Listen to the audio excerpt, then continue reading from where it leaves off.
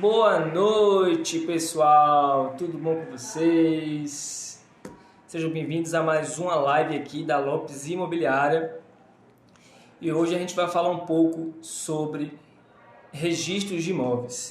E hoje eu estou aqui, com a nossa advogada, Fernanda Andrade, que é especialista em direito imobiliário, e vai trazer um pouco para vocês, pessoal, sobre algumas dúvidas, sobre o registro de imóveis. Eu vou mostrar aqui a vocês a Fernanda. Fernanda, dá um oi pro pessoal, Fernanda. Olá, tudo bom, pessoal? Vamos lá falar sobre registro de imóveis. Fernanda, fala um pouco sobre você, sobre a sua história aí no mercado imobiliário. Beleza, vamos lá. Eu me chamo Fernanda Andrade, eu sou advogada especialista em direito imobiliário pela Faculdade Baiana de Direito. Também sou especialista em direito processual civil, também pela Faculdade Baiana de Direito. Sou atualmente também assessora parlamentar na Câmara Municipal de Salvador e já dou aula há bastante tempo sobre direito imobiliário, direito registral, enfim, a minha experiência é basicamente de advocacia, é quase toda só em imobiliário. Então, Fernanda, a gente está tendo muito lançamento esse ano, né? Eu costumo dizer que 2021 é o ano do mercado imobiliário, né? Então, as imobiliárias estão felizes, né, com essa quantidade de lançamentos por parte dos incorporadores. Uhum. Mas tem muita pessoa comprando imóvel, mas também tem muita pessoa que não sabe se esse imóvel possui se esse imóvel possui registros, né, que é o tal do RI, né? Google, o que é RI? Meu Deus do céu, RI, o que é isso? É relações internacionais? Não, pessoal, é registro de imóveis. Então hoje, Fernanda está aqui para justamente desmistificar essa questão aí do registro de imóveis. Então, Fernanda, para começar aqui a live e tirar a dúvida do pessoal, o que é registro de imóveis? Vamos lá.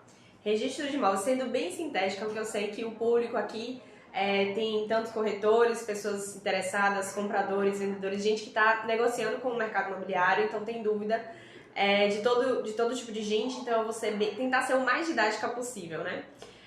Registro de imóveis, na verdade, quando a gente fala em RI, quando o corretor fala em RI, quando o vendedor está falando em RI, ele está falando do sistema registral. O sistema registral, basicamente para imóveis, a gente trabalha com dois tipos de cartórios, que são os tabelionatos de notas e os cartórios de registro de imóveis. Então a gente tem basicamente esses dois cartórios que compõem aí de forma prioritária o sistema registral brasileiro, né, a forma de se registrar imóveis.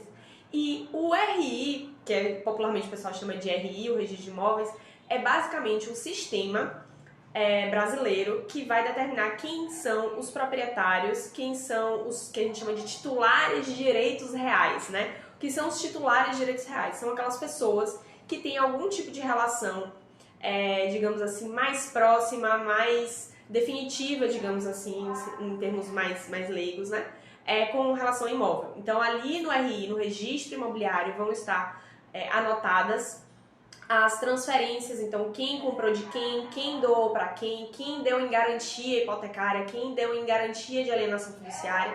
Então, essas peculiaridades mais da propriedade do imóvel em si, das transformações que o imóvel passa, porque em algum momento o imóvel, o que você tem hoje como apartamento, um dia já foi simplesmente só um terreno, né? Antes de ser um terreno individualizado, talvez ele tenha sido uma fazenda, né? Salvador tem essa característica, principalmente a gente falando de Salvador, tem essa característica de ter sido uma cidade com a conformação original de fazendas. Então a gente tinha a Fazenda Rio Vermelho, a Fazenda Paciência, a Fazenda Amaralina. Esses imóveis, esses grandes imóveis foram sendo desmembrados. Então a história do imóvel, até chegar no que você conhece hoje como apartamento, como casa, passa pelo RI, passa por esse sistema registral, que é basicamente os tabelionatos de notas, onde a gente faz ali as escrituras, procurações, e o cartório de registro de imóveis é onde esses documentos, esses títulos que a gente chama, são registrados, passam a valer realmente como um direito. Então só é dono, como a gente diz, né? Só é dono quem registra, quem faz ali a sua escritura, seu contrato particular e leva a registro no cartório de registro de imóveis. Agora, Fernanda, assim como todo registro, né, o RI, quais são os principais dados que o RI precisa ter? Vamos lá.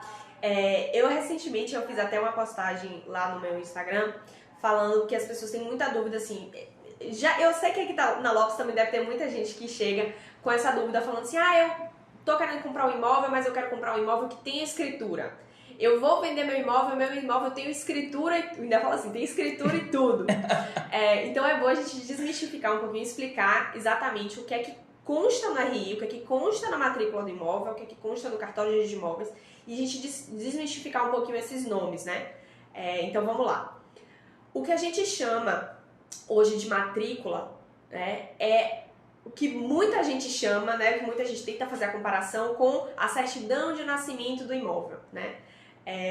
Que é exatamente o cadastro, a ficha, né? Fica lá no cartório de registro de imóveis, uma ficha onde conta essa historinha toda que eu contei pra vocês, né? De um imóvel ter sido antigamente uma fazenda, depois ter sido desmembrado, depois virou um terreno único, no qual foi feita uma incorporação imobiliária, construído um prédio e finalmente viraram aqueles apartamentos. Então, cada apartamento, digamos assim, cada unidade habitacional passa a ter a sua matrícula, a sua identificação própria.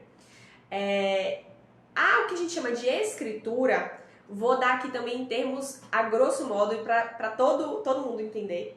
A escritura, ela nada mais é do que um contrato feito na presença de um tabelião. A grosso modo. Pessoas vão começar a me criticar dizendo que tem muito mais dados técnicos e de fato existem muito mais dados técnicos, mas para que todo mundo entenda, escritura é basicamente um contrato feito na presença de um tabelião. E por que eu bato tanto nessa tecla? Porque muita gente fala assim, eu tenho escritura. Uma escritura, um contrato, ele fala de uma situação, ele fala de uma transação imobiliária naquele momento, naquele tempo.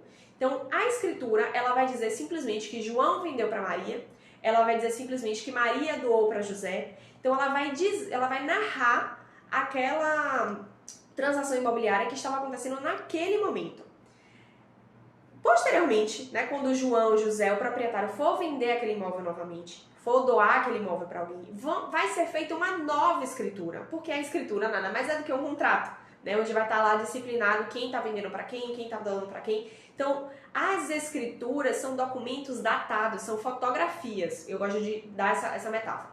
As escrituras são fotografias, né? Então, quando você diz assim, um imóvel tem escritura e tudo, ela tem uma escritura que ela demonstra que naquele dia, naquela data, por aquele preço, daquela forma, naquelas condições, João vendeu para Maria. E não que Maria ainda é proprietária. Então, o que a gente tem que estar sempre atento é justamente no cartório de registro de imóveis, olhar o que a gente chama de matrícula.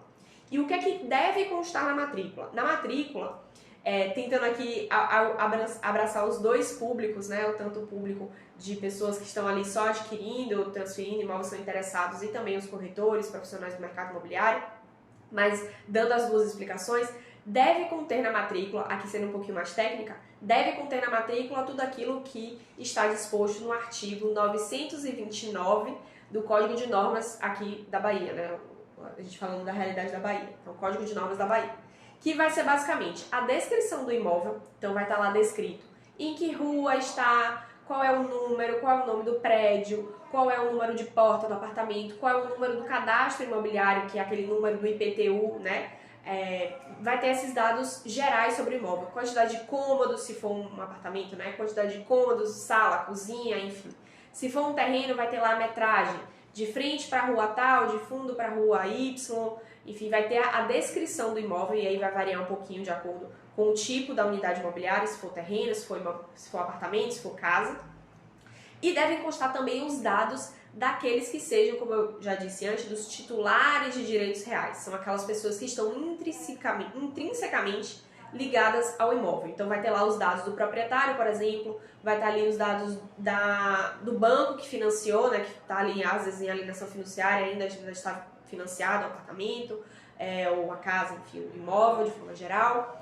Vai estar ali os dados do credor hipotecário, vão estar ali os dados, por exemplo, de uma penhora judicial. Então, se aquele imóvel ele é objeto de uma penhora, essa penhora vai constar também ali naquela matrícula, naquela descrição. E é muito interessante, muito importante que a gente descreva, que eu diga isso para vocês, não é só conter os dados. Porque quando a gente fala conter os dados, fica lá, tem que estar o quê? O nome do proprietário. Mas não é só o nome do proprietário. E isso, quando a gente está advogando, eu que advogo muito na área imobiliária, o pessoal aqui da Lopes, que trata com imóveis o dia inteiro, com os corretores, a gente sabe, e a gente precisa sempre esclarecer isso, As matrículas dos imóveis, quando a gente fala, por exemplo, de dados do proprietário, não basta que tenha só o nome. A gente precisa ter os dados completos. Então, a gente tem que ter nome, CPF, RG, estado civil. Se a pessoa for casada, a gente tem que saber com quem ela é casada, tem que constar lá com quem ela é casada, qual o regime de bens, a data do casamento. Muita gente fala assim, tem lá dizendo que João é casado com Maria, sobre o regime da comunhão parcial, mas dizer só isso às vezes não é o suficiente, né? A gente precisa dizer, por exemplo, a data do casamento. Fernanda, por que tem que ter a data do casamento? Porque a data do casamento, mais combinado com o regime jurídico que foi adotado naquela data do casamento, tem repercussões também, por exemplo, lá na frente, se for acontecer algum tipo de situação como divórcio, inventário. Então, a informação sobre o regime do casamento, de uma forma detalhada, tem que constar ali na matrícula do imóvel. Então, constar sempre dados completos do proprietário, dados completos daqueles titulares de direitos reais e também os dados completos do imóvel. Esse é o básico, é o mais importante. Muito bom, Fernanda. Agora, tem muita gente que tem dúvida da seguinte forma: eu comprei meu imóvel através do financiamento. Como devo saber se aquele imóvel vai ter o registro de imóveis, no caso? Vamos lá. Engraçado, quando a gente fala de financiamento, a maioria das pessoas se preocupa, fala assim, eu vou comprar um apartamento e eu vou financiar, eu tô preocupada porque eu vou comprar financiado. Eu sempre digo, quando a gente está lidando com a compra e venda dentro de um ambiente de financiamento imobiliário, quem mais tem que estar preocupado não é o comprador, é o vendedor. E eu vou explicar o porquê. A lógica é um pouco inversa. O que acontece? O comprador, quando a gente está falando de uma aquisição dentro de um financiamento imobiliário, e a gente basicamente está falando de um financiamento imobiliário partindo de uma instituição financeira, porque a gente pode ter também um financiamento que a gente chama de financiamento direto, né, que é aquele financiamento que é feito dentro da própria construtora, da própria incorporadora. É uma situação que acontece muito mais, inclusive, com imóveis de alto padrão, né, ao financiamento direto. Mas, de forma geral, a gente fala de financiamento de imóveis com instituições financeiras. O que acontece? Para a instituição financeira autorizar que seja feito financiamento, eles fazem uma minuciosa análise, né, na maioria das vezes. Então, é feita ali uma avaliação, às vezes, por um engenheiro, né? Durante a pandemia, a gente está com algumas exceções em relação a isso, mas normalmente é feito uma vistoria presencial, então o engenheiro vai lá, constata o imóvel, vê se a conformação, por exemplo, acontece muito. O apartamento normalmente era um 3/4 e a pessoa quebrou uma parede e fez um 2/4. Então o engenheiro da instituição financeira vai lá e identifica que, na verdade, na matrícula do imóvel consta como um 3/4 e na prática, na realidade, está ali como um 2/4. Às vezes a instituição financeira, só por conta disso, ela já barra o financiamento. Então, assim, quem compra mediante financiamento, se o financiamento foi aprovado, se o contrato foi aprovado, se passou por todas as instâncias do banco e chega na sua mão para você assinar, o comprador ele tem muito mais segurança, né? Para o comprador é muito mais seguro. Normalmente a gente já vai estar lidando aqui com dentro do contrato de financiamento, a gente já vai ter ali dentro todos os requisitos, digamos assim, que tem que constar num contrato de compra e venda. Porque o financiamento imobiliário, também é bom que se diga, na maioria das vezes as pessoas falam assim, eu tô atrás da minha escritura. A escritura, ela é feita, como eu disse para vocês, no ambiente do tabelionato de notas. Quando a gente está tratando de uma aquisição de um imóvel via financiamento bancário, a escritura ela é substituída pelo que a gente chama de contrato particular com força de escritura pública. Então, ao invés de você ir presencialmente ali, né, num tabelionato para poder lavrar a escritura, você vai no banco e aquele instrumento que você assina no banco, ele já vai ter a mesma força de uma escritura. Então, ali já vai conter naturalmente. São raríssimos os casos em que a gente tem algum tipo de dificuldade em relação aos principais pontos, né, dos contratos particulares feitos no ambiente de financiamento imobiliário. Então ali já vai ter a inscrição municipal, ali vai ter a descrição do imóvel, ali vai ter o número da matrícula. Então assim, esse risco para o comprador de eu não vou comprar via financiamento e não sei se ele tem registro no cartório de imóveis. Isso, na maioria das vezes, você não vai encontrar essa dificuldade. Por quê? Porque no próprio contrato ali, feito na instituição financeira, você já vai ter a descrição da matrícula. Por outro lado, o vendedor é quem tem que estar mais preocupado. Por quê? Porque muitas das vezes as instituições financeiras, elas olham o risco, elas olham somente o risco da operação para ela. Então ela deixa de observar alguns requisitos, algumas questões que são intrínsecas da nossa vida imobiliária e que, na maioria das vezes, só quem consegue identificar para você é um advogado especialista em direito imobiliário ou um corretor dentro de um corretor capacitado, né? Um corretor que tem ali uma experiência de mercado, que já saiba lidar com o cartório de registro de imóveis. Então, esses dois profissionais são os profissionais que vão te ajudar, principalmente você vendedor, a vender o seu imóvel no ambiente de financiamento, ou seja, você vai receber da instituição financeira o pagamento pela venda do imóvel de uma forma mais segura.